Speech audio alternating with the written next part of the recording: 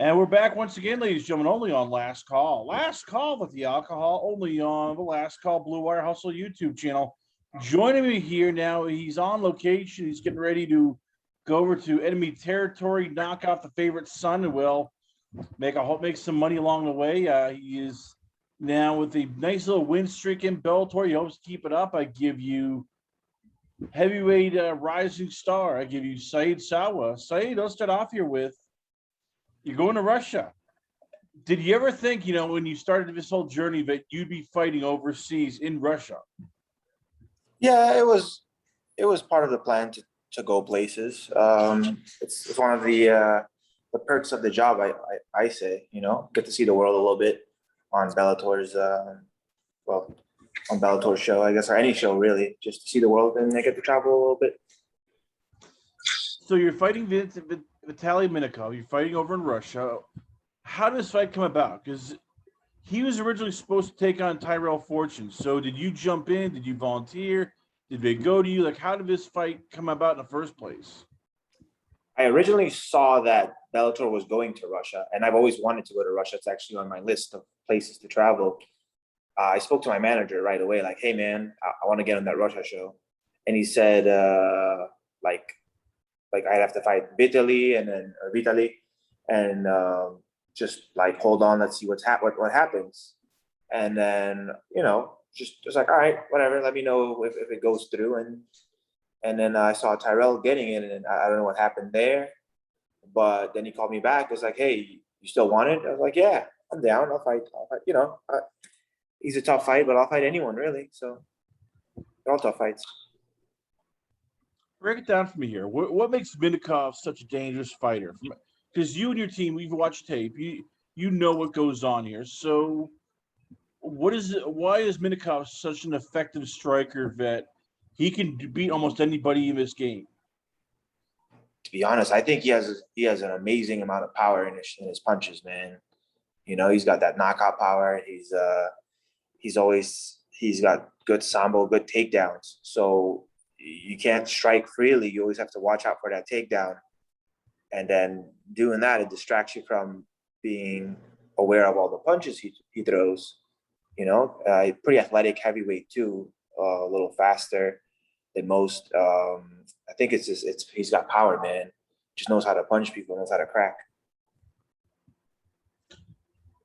His last loss was to Czech Congo, and I know you're not Congo, but when you saw that fight, because I'm guessing you watched some highlights, was there anything that you could pick up? Anything that you looked and went, okay, well, Congo was able to do this. Maybe I can do this my own way against him to, beat him. To be honest, for a fact, I know that he wasn't at 100% on the Czech Congo fight, so I don't want to say that's like his best performance where I could take things away from him, or learn or see what he does. He does have some quirks, like he likes to throw this punch to a kick thing, and he does.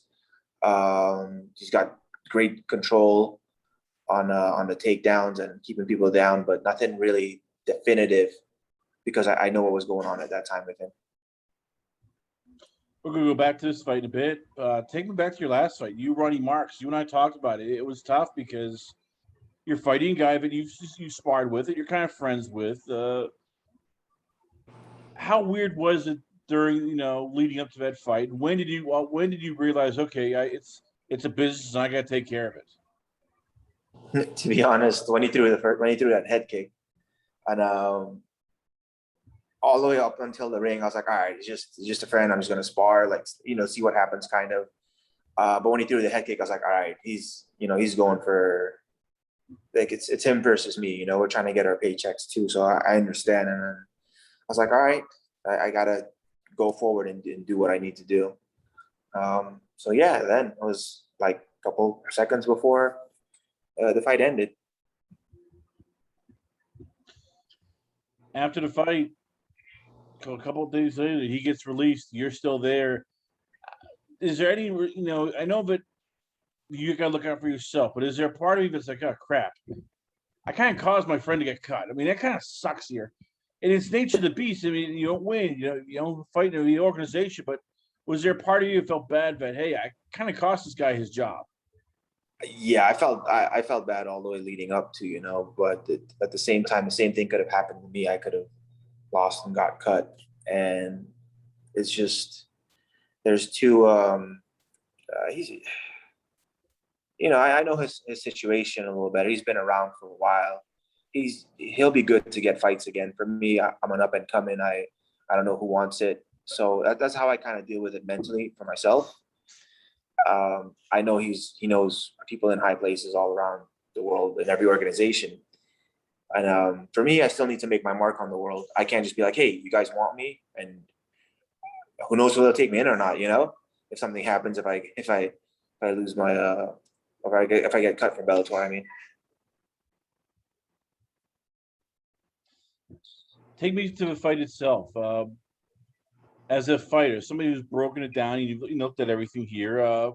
For you, what did you see that that you liked? Now that you've had time to break down the game, now that you and team went okay. Well, this is what's happening here. Like, what were you happy about in terms of your performance and improvements you made from the previous fight? With Ronny Markes, I knew he was Yeah. going to start out. I knew he was going to start out kicking. It's just one of his quirks, like to feel people out. And I, I've got pretty good defense, so I just have to. It was more about trusting myself that I know I can go forward, because yeah, man, I always find the button when I in practice. I got big gloves on, you feel a little more safe. So going forward, I'm hitting people, not getting hit. In a fight, it's a little different. I'm like, it's a bigger risk, So I just learned to trust myself a little more, and then now I'm taking an even bigger step, knowing that I know that Vitaly can box too. He's got hands, so going forward is not going to be as easy. Now it's a bigger challenge trying to do that again, But it's more a mental thing for me. The skill, I believe my skills are there already. I just need to bring what I know to the cage and show people what I got. One of the things I noticed was he's throwing sort of a lazy jab, and you were able to literally grab the hand, with your right hand, and all of a sudden you start just, hammering him with a straight left, can't miss, almost literally knock him out of his socks here. Is that something that you've worked on, or is that something you just saw like, okay, well, the jab is kind of lazy, I can grab it, then all of a sudden he's just defenseless? It's more something that I do. It's one of my moves, I guess. I've always noticed when I started MMA is that if you grab people's hands, people freak out for like half a second because when you're standing, there's not really hand grabbing unless you're in a wrestling match. So generally, you grab someone's hand, it takes them a second to register, like, hey, what's he doing?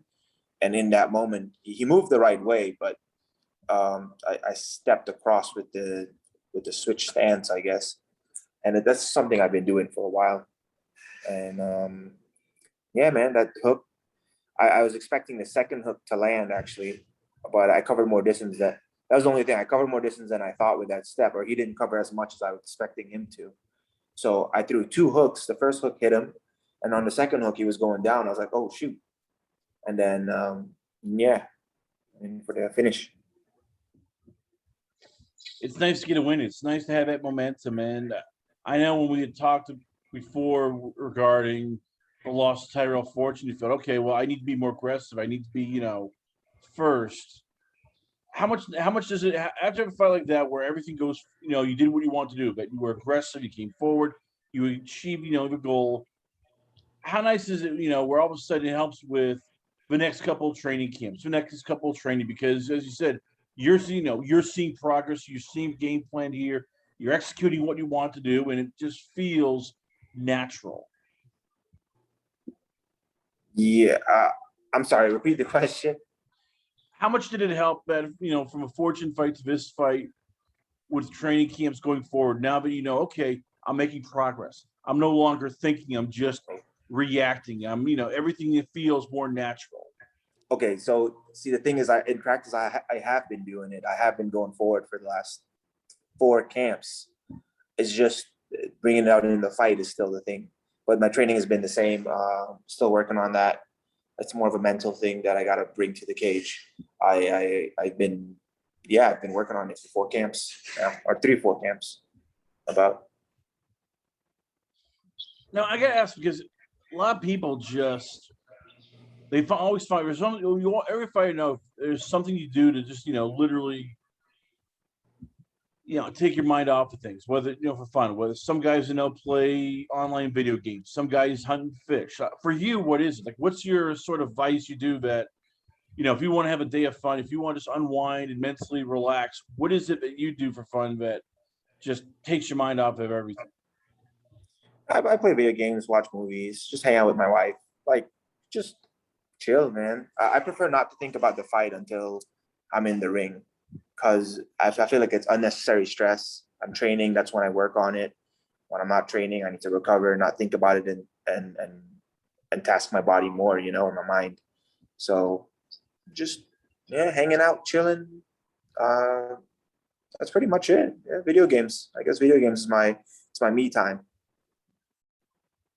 So tell me about the wife. I mean, how does she handle all this? Because being a fighter's wife probably is times is tough because either there's weight cutting for the lower guys, for the bigger guys, it's strength and conditioning. You're trying to sometimes have that perfect medium fight, and she sees everything. I mean, she sees it when you're having those days where there's mat burn, you're tired, you just don't feel like doing anything. How does she handle seeing all this and understand that this is still your passion, even though she's probably going, okay, why the hell are you getting yourself beat up in camp? This doesn't make sense. Find a normal job, 9 to 5.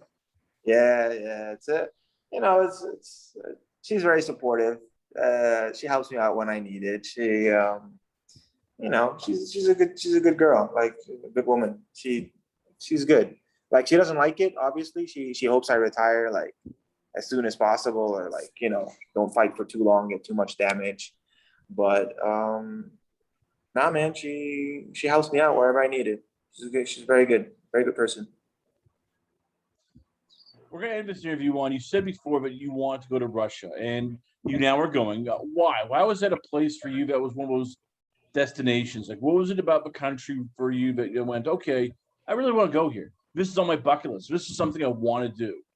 Yeah, it's honestly the people, all the Russians I've met, man, they're tough people. I like tough people. They just they seem like my kind of people, and I want to see if like what the country's like, what makes them all so tough. Why are they like that? And it's just something I want to see. Maybe bring home a part of that culture with me, And if I have kids one day, hopefully raise them the same way. Make sure they're tough. It's just one of my values.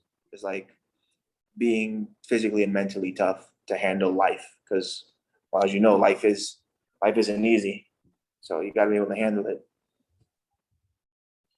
Well, there you have it, ladies and gentlemen. Once again, he'll be fighting. It's going to be all the way over in Russia against Vitaly Minakov. I give you it's Sowma. Saeed, before I let you go, where can fans check you out at? Where is the Twitter page, Instagram, the website? And also, who are the sponsors for this fight coming up? If you want to check me out, just check out my Instagram. Not really on Twitter so much. My Instagram handle is Saeed Sowma, first name, last name. And no sponsors yet. Hopefully, we'll change that soon. Ladies and gentlemen, once again, it's Saeed Sowma. I'll be fighting once again. It is none other than Bellator 269, all the way in the VTB Arena, Moscow, Russia.